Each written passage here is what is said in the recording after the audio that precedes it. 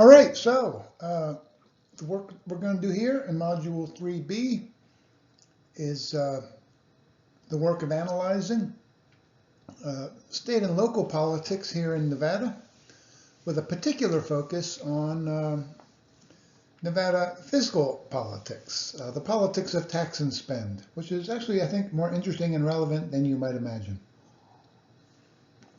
So we're going to talk about, in addition to some broad observations about state and local politics, we're going to talk about how Nevada, at the state level, raises revenue each two-year budget cycle, and then how they spend that money.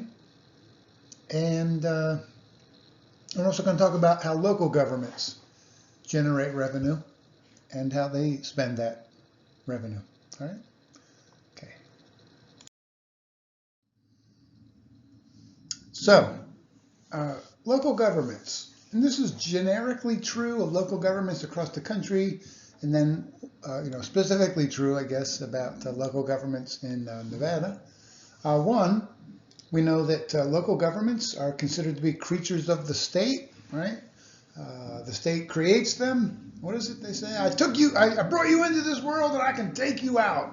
I wouldn't go quite that far with local governments and the state, but generally true, yeah, right? States create local governments and then have certainly the upper hand over local government. Local governments, right, have no constitutional standing in the United States Constitution. They're not mentioned at all. I think we've talked about that. But they do have standing, of course, under all 50 state constitutions, including the one here in Nevada.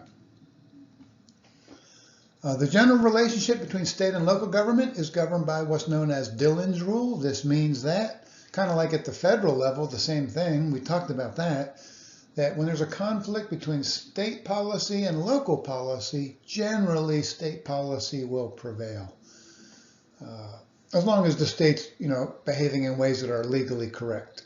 So, yeah, that's Dillon's rule. That states have the upper hand over local governments. So it doesn't mean that they can do anything they want. Local governments have real power, but all things being equal, yeah, states are more powerful than local governments. Just like the feds, right, are more powerful than state governments. Local governments here in Nevada and elsewhere, very politically significant. An awful lot of action, right, is at the local level. If you want to talk about K through 12 public education, you need to talk about local politics. If you want to talk about law enforcement issues, you're going to be talking about local politics. You're going to talk about healthcare policy. A lot of that is done locally, or housing for the disadvantaged, the homeless issue. All sorts of issues are driven largely by local governments. So there's a lot of action there. Examples of local governments, counties here, of course, right, it would be Clark County. Cities, here we would have what? North Las Vegas, City of Henderson. Those, by the way, are our three biggest cities here in Nevada. Reno has now dropped down to fourth. So I think it goes, Las Vegas is the biggest city in the state, Henderson is second, North Las Vegas is third, and Reno is fourth, at least the last I heard. We also have towns and villages and so forth. And we have some jurisdictions here that are kind of, I would call them nominal jurisdictions. People will often say, well, the Las Vegas Strip is located in Paradise. Well, much of it is, that's true. And you're like, what the hell's Paradise? It's a non-governing political jurisdiction. They don't have, there's no Paradise City Council. There's no mayor of Paradise. Paradise doesn't have tax policies and so forth. It's kind of a nominal designation. It kind of bugs the heck out of me. So who actually governs the Las Vegas Strip? Turns out it's Clark County. Clark County there. Yeah, the operational jurisdictions are the ones I just mentioned, right? North Las Vegas, City of Henderson, here in the valley. Arguably, in fact, I think certainly the most important governing entity here in the valley would be Clark County. They do derive an awful lot of revenue off of the Strip in terms of property taxes and so forth. So that's why Clark County is so well funded and employs so many people. is that they draw their revenue mostly from the Strip. City of Las Vegas, right? Much smaller budget because they don't govern the Strip at all. They govern downtown Las Vegas, which is an okay source of revenue, but it doesn't rival the Strip. Yeah. So Clark County is where an awful lot of the action is politically and economically in Nevada and in the Las Vegas Valley.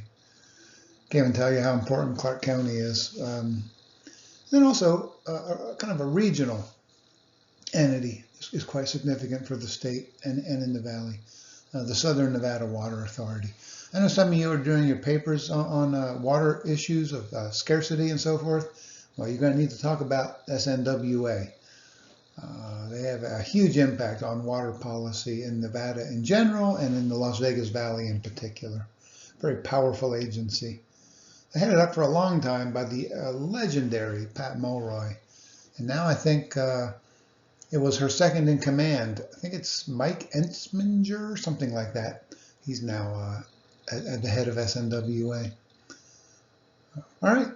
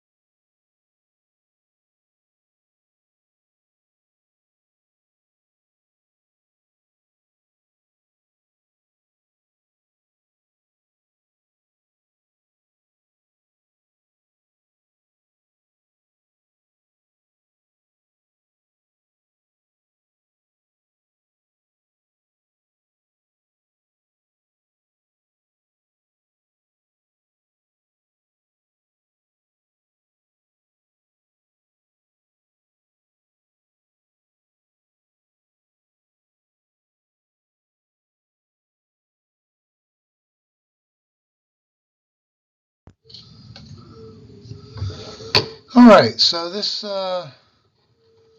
pie chart, where the font's a little smaller than I would like, If you look closely with a magnifying glass, you can see that about 30% of Nevada's state revenue comes from the sales tax, which is our largest single portion of revenue by far. Coming in second are gaming taxes at around 18%. After that, it becomes kind of a hodgepodge. The only other significant category I would note here in terms of generating revenue for the state would be the combination of the modified business tax and the commerce tax. You add those two together, right, you get right around 20% of total revenue from what amounts to a corporate tax. After that, right, it becomes just a sort of a range of other smaller sources of revenue. One thing I would note, if you look closely, right, the mining tax, I think that is scandalously low in terms of percent of our revenue that comes from mining up north, mostly gold. It'll be increasingly lithium. 2%. 2% of state revenue comes from the mining tax, which raises a question, right? Is the northern part of Nevada sort of carrying its fair share of the load? Because you can see, right, that most of the revenue in Nevada is generated in the south, and to some extent that flows north in terms of state spending. Some think that the mining tax should be a lot more higher than it is. It's right now, 5% of net profit built into our state constitution in 1864. I think there's about an additional percent added on by the legislature a couple sessions ago, but it's still really low because it still only counts for about 2% of our budget. I think that number should be a lot higher, but that's easy to say, hard to do politically.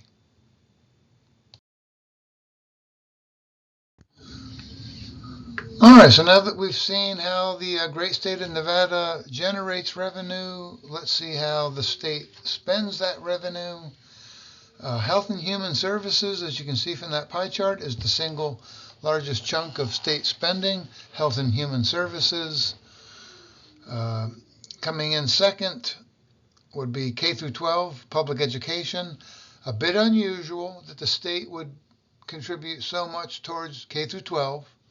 Right, and we know that's because we'll see our property taxes, which is a source of revenue for local governments. It's really low here in Nevada. I'm not complaining too much as a property owner, but it's really low. It doesn't generate enough revenue to fund K through 12 education. Normally, in most states, it does. And that's the primary source of funding for public schools K through 12. In most states, local property taxes. Here in Nevada, we do things differently. In fact, most of that education funding comes from the state sales tax. So that's why the state spends such a large chunk on K through 12, 30%. That's shockingly large, but it's because local governments can't afford it because the property taxes are so low. Third biggest chunk, right, is the Nevada system of higher education, funding for schools like CSN, UNLV, UNR, on and on. And after that, it becomes kind of a much sort of smaller pieces that we spend our money on here in Nevada. Finally, let's talk a little bit about local taxes, local fiscal issues here in Nevada. Property taxes by far are the main way that local governments raise money to provide funding for K through 12 education, public education, and public safety. Property taxes in Nevada, I can tell you this, coming from Wisconsin and before that Pennsylvania.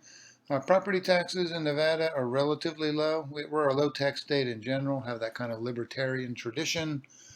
Now, some years ago, when property values were going up here in the valley by as much as 50% in one year, maybe 20, 30% in other years, which is ridiculous. All right, what did that mean at the time for tax bills for property? They could go way up in a single year, could go up by 50% in one year. That could drive people out of their homes and pose economic hardship. So, what did the legislature do? They said, look, we're going to put a cap on how much property taxes can go up in a given year, no more than 4%. So property values go up 20%, the actual tax can only go up no more than 4%. Property values go up 50% in one year, cap of 4% increase in property taxes.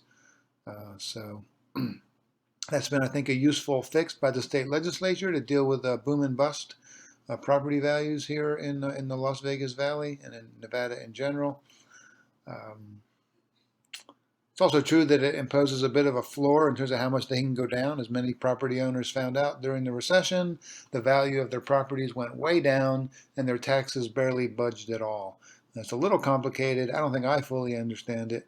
But in essence, by putting a 4% ceiling on how much they could go up in a given year, it essentially imposed a roughly similar limit on how much they could go down in any year. So it provided stabilization both up and down.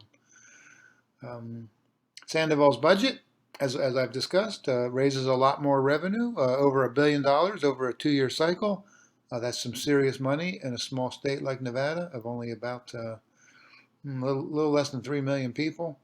And that money goes almost exclusively, I believe, for public education, K through 12. And many would say this is going to be, kind of a part of Sandoval's legacy, is he'll be seen as a very pro-public education governor. His budget suggests, indeed, that he deserves real credit for that. Finally, before we wrap things up here, I would mention this, and I don't think they're in the lecture notes. I should make sure I get those added in. What do state and local governments do these days? Certainly state governments, they impose what I would call stealth taxes. Stealth taxes. They're not called taxes, but they amount to some form of taxation, right? So governments these days, state and local, don't want to raise taxes. It's politically unpopular. Again, good on Sandoval for going against that conventional wisdom, in my opinion. So what do state and local governments often do instead? They'll raise what they call user fees, right? Auto registration fees in recent years have gone way up. Why is that? It's a way to essentially raise taxes without calling them taxes. Tuition at schools like CSN and UNLV and UN Reno. Tuition has been going up faster than inflation in recent years. One reason for that, it's a way to essentially impose a form of taxation on those utilizing the system. They call it tuition, they call it a user fee. It is arguably a form of targeted taxation. So some would even go further than this and say, look, local police departments, right? They need to make some of their own budget. How do they do that? They issue traffic tickets. Can there be pressure to issue more traffic tickets in order to raise more revenue? Oh, heck yes. Some of these drug laws, right, give state and local officials the ability, when they're making a bust of a drug trafficker, to impound their vehicle, impound their house, impound all of their worldly goods. They can then use that for their own purposes. Again, this is called, I forget what they call it exactly as a technical term, but these property surrender laws, that's what I'll call it here, what the heck. Some would say that's a form of taxation. Traffic citations for speeding. I mean, look, traffic laws are so dense and complicated, everybody violates them every day. No question about that. So arrests or tickets for violations are highly discretionary. Do police departments, in my view, have an incentive to do more busts to raise more revenue for their department? I think that's not unfair to say that, or it's fair to say that. Parking at UNLV, I can tell you this from experience, aggressively regulated, and if you park improperly for even a few minutes, you almost always get busted. Does the parking department over there make a lot of money for the university? It does indeed. Is that called a user fee or whatever? It sure is. Is it really in some ways a form of taxation? I would suggest that it probably is a form of taxation. So this has been the temptation, no question about it, in Nevada and in all of our other states and local governments. In the absence of an ability politically to raise taxes, they will often instead raise user fees pretty aggressively, a form of stealth taxation, I would argue.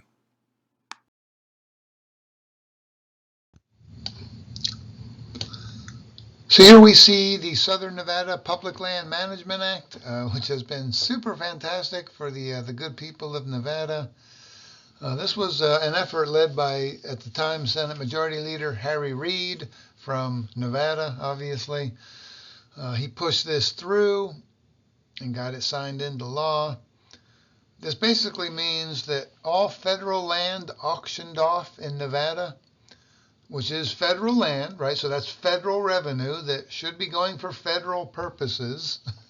That money actually comes right back into Nevada. And it's designated for use for parks and recreation. And, state parks, local parks, all of that, for the construction, capital investment. Because every year, the Bureau of Land Management, on behalf of the federal government, auctions off land to developers here in the Las Vegas Valley, up north around Reno. And that land, can have a pretty high value to developers. And as they auction off that land, those revenues come right back to Nevada and are invested in building parks. That's, I think, unique.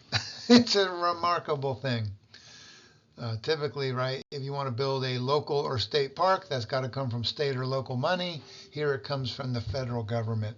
So thank you, Harry Reid, for that little dealio. Much appreciated.